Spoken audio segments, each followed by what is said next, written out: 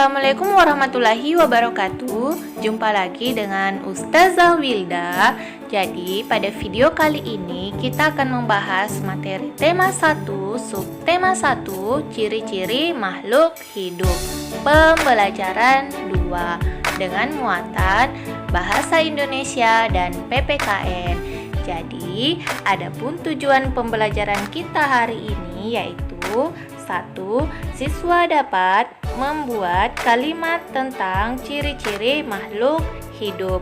Yang kedua, siswa dapat menyebutkan arti penting bersyukur kepada Tuhan sebagai salah satu makna dari simbol sila Pancasila yang pertama dengan benar. Oke, pada pertemuan sebelumnya kita telah mempelajari ciri-ciri makhluk hidup. Nah, kalian telah mengetahuinya kan? Nah, sekarang ayo kita coba lebih memahami ciri-ciri makhluk hidup lebih lengkap. Oke, masih ingat ciri yang pertama? Oke, jadi ciri yang pertama yaitu bergerak. Jadi makhluk hidup dapat bergerak dengan cara yang berbeda-beda. Manusia berjalan menggunakan kaki, ikan berenang menggunakan sirip. Tumbuhan juga makhluk hidup, namun tumbuhan tidak bergerak berpindah tempat seperti hewan ataupun manusia. Jadi, batang tumbuhan bergerak tumbuh ke arah cahaya matahari dan akar tumbuhan bergerak tumbuh ke dalam tanah. Nah, ciri selanjutnya yaitu bernapas. Jadi, makhluk hidup itu dapat bernapas. Apa sih itu bernapas? Jadi, bernapas artinya menghirup dan menghembuskan udara. Jadi, alat pernapasan makhluk hidup itu berbeda-beda. Manusia, kucing, dan ayam bernapas dengan paru-paru. Ikan bernapas dengan insang, dan belalang bernapas dengan trakea. Nah, apakah tumbuhan juga bernapas? Ya, tumbuhan bernapas melalui lubang kecil di daunnya. Nah, lubang tersebut disebut stomata. Apakah kalian pernah melihat stomata?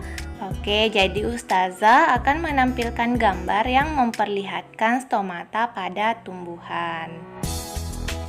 Wah, cantik kan gambar stomata pada tumbuhan? Nah, kita lanjut ya ke ciri selanjutnya. Jadi, ciri selanjutnya yaitu tumbuh. Jadi, makhluk hidup itu mengalami pertumbuhan. Tumbuh artinya bertambah ukuran dan beratnya. Nah, ketika kamu masih bayi, tubuhmu tidak sebesar sekarang kan? Nah, tubuhmu tentu lebih tinggi dan lebih besar dibandingkan pada saat kalian masih bayi. Ciri selanjutnya yaitu berkembang biak. Jadi, cara berkembang biak makhluk hidup berbeda-beda. Ada hewan yang berkembang biak dengan cara melahirkan, ada juga yang berkembang biak dengan cara bertelur. Nah, contohnya ayam yang berkembang biak dengan cara bertelur dan sapi dengan cara melahirkan. Manusia juga melahirkan. Oke, ciri selanjutnya yaitu makhluk hidup memerlukan makanan dan air. Manusia memerlukan hewan dan tumbuhan untuk makanan. Hewan juga memerlukan tumbuhan untuk makanan. Lalu, bagaimana dengan tumbuhan? Nah, jadi tumbuhan dapat membuat makanannya sendiri.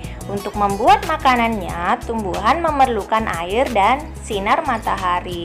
Nah, proses pembuatan makanan inilah yang dikenal dengan istilah fotosintesis. Oke, nanti ya Nanda akan lebih memahami lagi ya mengenai proses fotosintesis. Kita skip dulu ya.